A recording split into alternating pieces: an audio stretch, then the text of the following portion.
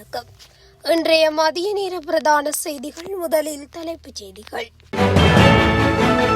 El Nino உருவானால் September வரை வறட்சி, வளிமண்டலவியல் திணைக்களத்தின் எச்சரிக்கை. இலங்கையில் நடக்கும் பாரிய மோசடி, சிறுவர்களின் பொருட்களை பயன்படுத்தும் கும்பல். மின்சாரத்தை சிக்கனமாக பயன்படுத்துங்கள், விடுக்கப்பட்டுள்ள கோரிக்கை. பாடசாலை சீருடை விநியோகம், கல்வி அமைச்சின் அறிவிப்பு. தமிழர் பகுதியில் பயங்கரம், வாழ்க்கை தகராறில் இடம்பெற்ற கொலை. மட்டக்குளையில் பேருந்து மோதி பாடசாலை மாணவி பலி. குப்பை மாட்டில் திடீர் தீ விபத்து, பொதுமக்களுக்கான அவசர அறிவுறுத்தல். புதுவருட காலப்பகுதிக்காக விசேட பாதுகாப்பு வேலை திட்டம். எரிவாயு விலை அதிகரிப்பால் பாதிக்கப்பட போகும் 1.5 மில்லியன் மாணவர்கள். இலங்கையின் பொருளாதார வீழ்ச்சி, அனுராட்சி கவிழ்க சதி, பிரதி அமைச்சரின் விளக்கம். தொடர்வன விரிவான செய்திகள். தென்மேற்கு பருவப்பேச்சி மழைக்காலத்தில் எல் நினோ நிலைமை உருவானால் செப்டம்பர் மாதம் வரை நாடு நீண்டகால வறட்சியை எதிர்நோக்கக்கூடும் என்று வளிமண்டலவியல் திணைக்களம் எச்சரிக்கை விடுத்துள்ளது. ஜூன் மாதத்துக்கு பிறகு வெப்பநிலை தீவிரமடையும் என எதிர்பார்ப்பதாகவும், இதனால் நாடு முழுவதும் நீண்ட வெப்பம் மற்றும் நீர் தட்டுப்பாடு ஏற்படும் அபாயம் உள்ளதாகவும் வளிமண்டலவியல் திணைக்களத்தின் மேலதிக பணிப்பாளர் நாயகம் அஜித் விஜயமான தெரிவித்துள்ளார். இவரது கருத்துக்கள் விமர்சனங்களுக்கு உள்ளாகியுள்ளதுடன் இவ்வாறானதொரு நிலையை எதிர்கொள்ள போதுமான முன்னேற்பாடுகள் செய்யப்பட்டுள்ளதா என்ற கேள்விகளையும் உருவாக்கியுள்ளது. நாடு தற்போது எல் நினோ அற்ற ஒரு நடுநிலையான நிலையில் உள்ள போதிலும் இதில் ஏற்படும் மாற்றங்கள் தென்மேற்கு பருவப்பேச்சி மழைக்காலத்தின் மழை வீழ்ச்சியை கணிசமாக குறைக்கக்கூடும். இதன் மூலம் விவசாயம், நீர் விநியோகம் மற்றும் அன்றாட வாழ்க்கை பாதிக்கப்படலாம். இருப்பினும் முன்னறிவிப்பின் நிச்சயமற்ற தன்மை சந்தேகங்களை ஏற்படுத்தியுள்ளதுடன் இத்தகைய எச்சரிக்கைகளின் துல்லியம் மற்றும் காலம் குறித்து சிலர் கேள்வி எழுப்புகின்றனர். இடைப்பருவ பேச்சு காலம் மே மாத நடுப்பகுதியில் முடிவடையும். தென்மேற்கு பருவக்காற்று தற்காலிக நிவாரணத்தை தரும் என்று எதிர்பார்ப்பதாகவும் வளிமண்டலவியல் திணைக்களம் தெரிவித்துள்ளது. இலங்கையில் சிறுவர்களின் விளையாட்டுப் பொருளான பொம்மைகளை பயன்படுத்தி சட்டவிரோத போதைப் பொருட்களை கொரியர் சேவைகள் மூலம் கடத்துவதாக கண்டறியப்பட்டுள்ளது. போதைப்பொருள் கடத்தல்காரர்களின் செயற்பாடு குறித்து போலீசார் எச்சரித்துள்ளனர். போலீசார் உயர் எச்சரிக்கை நிலையில் வைக்கப்பட்டுள்ளனர். சாதாரண மதிப்பில்லாதது போன்று தோற்றமளிக்கும் பொருட்களுக்குள் போதைப் பொருட்களை மறைத்து வழக்கமான பாதுகாப்பு சோதனைகளை தவிர்ப்பதற்காக இந்த முறை பயன்படுத்தப்படுவதாக போலீசார் குறிப்பிட்டுள்ளனர். கல்முனை, மருதமுனை மற்றும் சாய்ந்தமருது பகுதிகளில் செயல்பட்டு வரும் பாரியளவிலான போதைப்பொருள் விநியோக வலையமைப்புடன் தொடர்புடைய சந்தேக நபர் ஒருவர் அம்பாறை பிரதேச குற்றப்புலனாய்வு பிரிவு நடத்திய சோதனையில் கைது செய்யப்பட்டதை தொடர்ந்து இந்த மோசடி அமலமாகியுள்ளது. பொதுவாக ஐஸ் என்று அழைக்கப்படும் 107 கிராம் கிறிஸ்டல் மெத்தமெட்டமைன் போதைப் பொருளுடன் சந்தேக நபர் புதன்கிழமை கல்முனை கடற்கரை பகுதியில் வைத்து கைது செய்யப்பட்டார். சோதனையின் போது உயர் ரக போதைப் பொருட்கள் பொம்மைகளுக்குள் கவனமாக மறைத்து வைக்கப்பட்டிருந்ததை அதிகாரிகள் கண்டுபிடித்தனர். மேலும் போதைப்பொருள் விற்பனையின் மூலம் கிடைத்ததாக நம்பப்படும் 39,620 ரூபாய் பணம் பொட்டலமிடுவதற்கு பயன்படுத்தப்படும் மின்னணு இடைக்கருவி மற்றும் 2 கையடக்கு தொலைபேசிகளையும் போலீசார் பறிமுதல் செய்துள்ளனர். எதிர்வரும் புத்தாண்டு பண்டிகை காலத்தில் மின்சாரத்தை மிகவும் பொறுப்புடன் பயன்படுத்துமாறு பொதுமக்களிடம் கோரிக்கை விடுக்கப்பட்டுள்ளது. இலங்கை நிலையான ஆற்றல் அதிகார சபையின் தலைவர் DMWC பண்டார இதனை தெரிவித்துள்ளார். குறிப்பாக இலங்கை போன்ற நாடுகளுக்கு புதை படிவ எரிபொருட்களை பெறுவதில் பெரும் சவால்களை உருவாக்கியுள்ளதாக குறிப்பிட்டுள்ளார். எனவே கடந்த காலங்களில் மின்சாரத்தை சேமிக்க பொதுமக்கள் வழங்கிய ஒத்துழைப்பு வழங்கியது போன்றே இந்த புத்தாண்டு காலத்திலும் பொறுப்புணர்வுடன் செயற்படுமாறு அவர் கேட்டுக் கொண்டுள்ளார். விடுமுறை நாட்களில் தொழிற்சாலைகள் மூடப்பட்டிருப்பதாலும் சூரிய சக்தி மூலம் பகல் வேளைகளில் அதிக மின்சாரம் கிடைப்பதாலும் சமையல், துணி துவைத்தல், இஸ்திரி செய்தல் போன்ற பணிகளை பகல் நேரத்திலேயே முடித்துக் கொள்ளுமாறு இலங்கை நிலையான ஆற்றல் அதிகார சபையின் தலைவர் வலியுறுத்தியுள்ளார். 2026 ஆண்டுக்கான பாடசாலை சீருடை துணிகள் முழுமையாக விநியோகிக்கப்பட்டுள்ளதாக கல்வி அமைச்சு தெரிவித்துள்ளது. அரசாங்க மற்றும் அரசு உதவி பெறும் பாடசாலைகளின் மாணவர்கள் அரசு அங்கீகாரம் பெற்ற பிரிவினாக்களின் கல்வி கற்கும் பிக்குகள் என 2026 ஆண்டிற்காக தேவைப்படும் மொத்த சீலை துணி அளவான 18.484 மில்லியன் மீட்டர் துணிகளை சீன மக்கள் குடியரசு நன்கொடையாக வழங்கியிருந்தது. நாடளாவிய ரீதியிலுள்ள 44,18,404 மாணவர்களுக்காக இந்த சீருடை துணிகள் அனைத்தும் தற்போது விநியோகிக்கப்பட்டு முடிந்துள்ளதாக கல்வி அமைச்சர் மேலும் குறிப்பிட்டுள்ளது.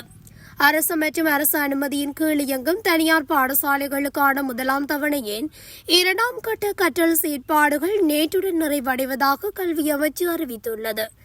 அதற்கமைய பாடசாலைகளுக்கு நாளை முதல் எதிர்வரும் 19ஆம் தேதி வரையில் விடுமுறை வழங்கப்பட்டுள்ளது. இந்நிலையில் பாடசாலைகளுக்கான 2ஆம் தவணைக்கான கற்றல் செயல்பாடுகள் எதிர்வரும் 20ஆம் தேதி ஆரம்பமாக உள்ளது. அவ்வாறு ஆரம்பிக்கப்படும் 2ஆம் தவணைக்கான கற்றல் செயற்பாடுகள் 2026 7ஆம் மாதம் 24ஆம் தேதி வரை நடைபெறும் என்று கல்வி அமைச்சு குறிப்பிட்டுள்ளது. வவுனியாவில் வீட்டு வாடகை முரண்பாட்டினால் முதியவர் ஒருவர் அடித்து கொலை செய்யப்பட்டுள்ளார். கூமாங்குளம் பகுதியைச் சேர்ந்த 72 வயதான முதியவர் தனது வீட்டு மணசல கூடத்திற்கு அருகில் சடலமாக மீட்கப்பட்டிருந்தார். சடலத்தை உடற்கூற்று பரிசோதனைக்காக வவுனியா மாவட்ட வைத்தியசாலையில் போலீசார் ஒப்படைத்த நிலையில் அங்கு மேற்கொள்ளப்பட்ட உடற்கூற்று பரிசோதனையில் முதியவர் படுகொலை செய்யப்பட்டமை கண்டறியப்பட்டது. அதனை அடுத்து போலீசார் மேற்கொண்ட விசாரணைகளில் முதியவருக்கு புரிதொருவருக்கும் இடையில் வாடகை பணம் தொடர்பிலான பிரச்சினை இருந்ததாகவும் அதனாலேயே முதியவர் படுகொலை செய்யப்பட்டதாகவும் ஆரம்பகட்ட விசாரணைகளில் தெரிய வந்துள்ளது. சம்பவம் தொடர்பில் மேலதிக விசாரணைகளை முன்னெடுத்துள்ள போலீசார் சந்தேக நபரை கைது செய்ய நடவடிக்கை எடுத்துள்ளனர். மட்டக்குழியில் பேருந்து ஒன்றில் மோதி இடம்பெற்ற விபத்தில் பாடசாலை மாணவி ஒருவர் உயிரிழந்துள்ளார். மட்டக்குழி போலீஸ் பிரிவுக்குட்பட்ட ஹேந்தல தொட்டுப்புல வீதியில் நேற்று நண்பகல் பேருந்திலிருந்து இறங்கி வீதியை கடக்க முயன்ற பாடசாலை மாணவி ஒருவர் அதே பேருந்தில் மோதி விபத்துக்குள்ளாகியுள்ளார். விபத்தில் படுகாயமடைந்த மாணவி கொழும்பு தேசிய வைத்தியசாலையில் அனுமதிக்கப்படும் போதும் அவர் ஏற்கனவே உயிரிழந்திருந்ததாக தெரிவிக்கப்படுகிறது.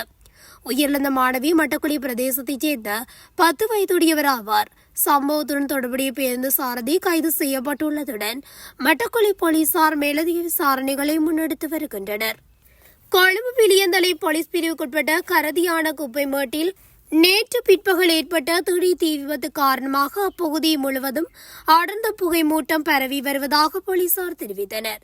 தற்போது பரவி வரும் தீயை கட்டுப்படுத்துவதற்காக மொரட்டுவை தீயணைப்பு பிரிவு, இலங்கை விமானப்படையின் தீயணைப்பு பிரிவு மற்றும் பிலியந்தலை போலீசார் இணைந்து நடவடிக்கைகளை முன்னெடுத்து வருகின்றனர். வெளியான புகையானது நச்சுத்தன்மை கொண்டதாக இருக்கக்கூடும் என்பதால் குப்பை மேட்டை சூழவுள்ள உட்புற வீதிகளை பயன்படுத்தும் பொதுமக்கள் அந்த பகுதியை தவிர்த்து மாற்று வீதிகளை பயன்படுத்துமாறு போலீசார் அறிவுறுத்தினர்.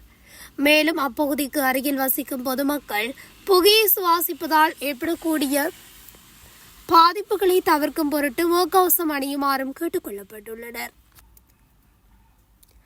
புதுவருட கால பகுதியினுள் மக்களுக்கு பாதுகாப்பான மற்றும் அமைதியான சூழலை உருவாக்கும் நோக்கில் விசேட பாதுகாப்பு வேலை திட்டம் ஒன்று நடைமுறைப்படுத்தப்பட்டுள்ளதாக பாதுகாப்பு அமைச்சு அறிவித்துள்ளது. பாதுகாப்பு அமைச்சின் செயலாளர் ஏர் வைஸ் மார்ஷல் சம்பத் தேகந்தாவின் ஆலோசனையின் பேரில் இந்த நடவடிக்கை எடுக்கப்பட்டுள்ளது. முப்படையினர், இலங்கை போலீசார் மற்றும் புலனாய்வு பிரிவு அதிகாரிகளின் முன்னெடுப்பில் இந்த விசேட பாதுகாப்பு பொறிமுறை செயற்படுத்தப்படுகிறது.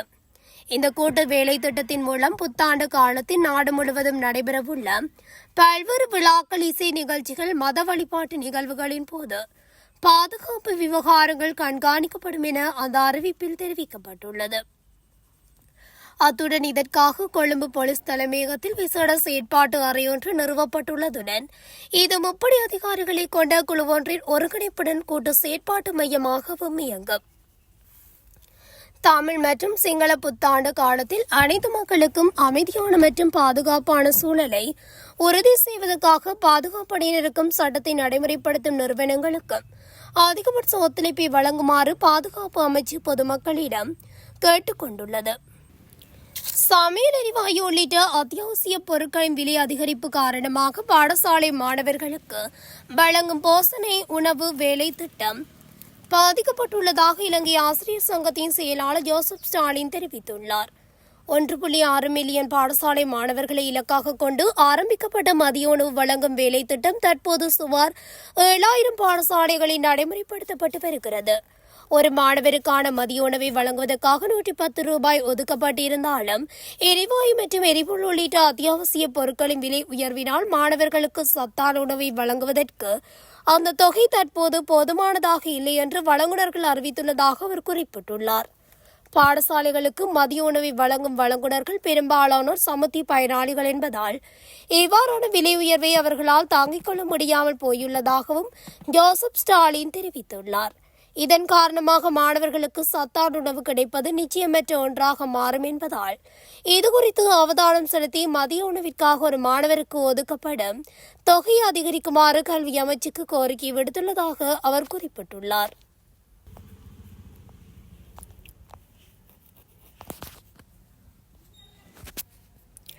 பொருளாதார வீழ்ச்சி மற்றும் இனவாதம் என்பவற்றை மூலதனமாக கொண்டு ஆட்சியை கைப்பற்றலாம் என சிலர் நினைக்கின்றனர்.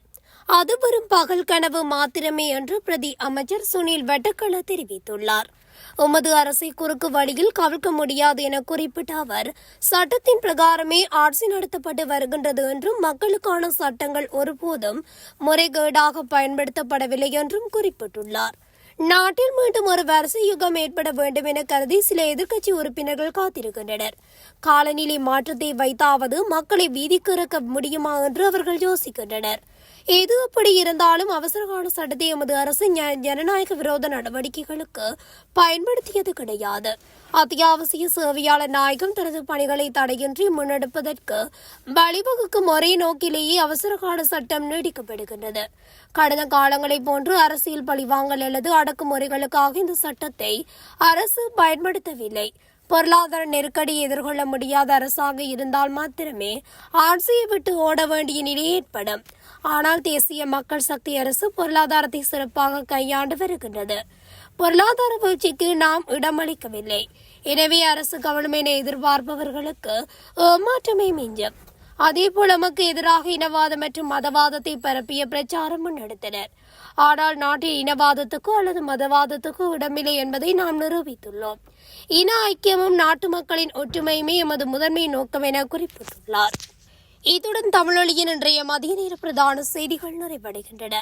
தொடர்ச்சியாக செய்திகளை அறிந்து கொள்ள தமிழொலி ஊடகத்துடன் இணைந்திருங்கள். நன்றி, வணக்கம். தமிழொலி ஒரே பார்வையில் இன்றைய செய்திகளை உடனுக்குடன் தெரிந்து கொள்ள தமிழொலி யூடியூப் தளத்தை சப்ஸ்கிரைப் செய்து கொள்ளுங்கள். இந்த வீடியோ பிடிச்சிருந்தா லைக் பண்ணுங்க, கமெண்ட் பண்ணுங்க, ஷேர் பண்ணுங்க. மறக்காம கீழே இருக்கிற பெல் ஐகானை கிளிக் பண்ணுங்க.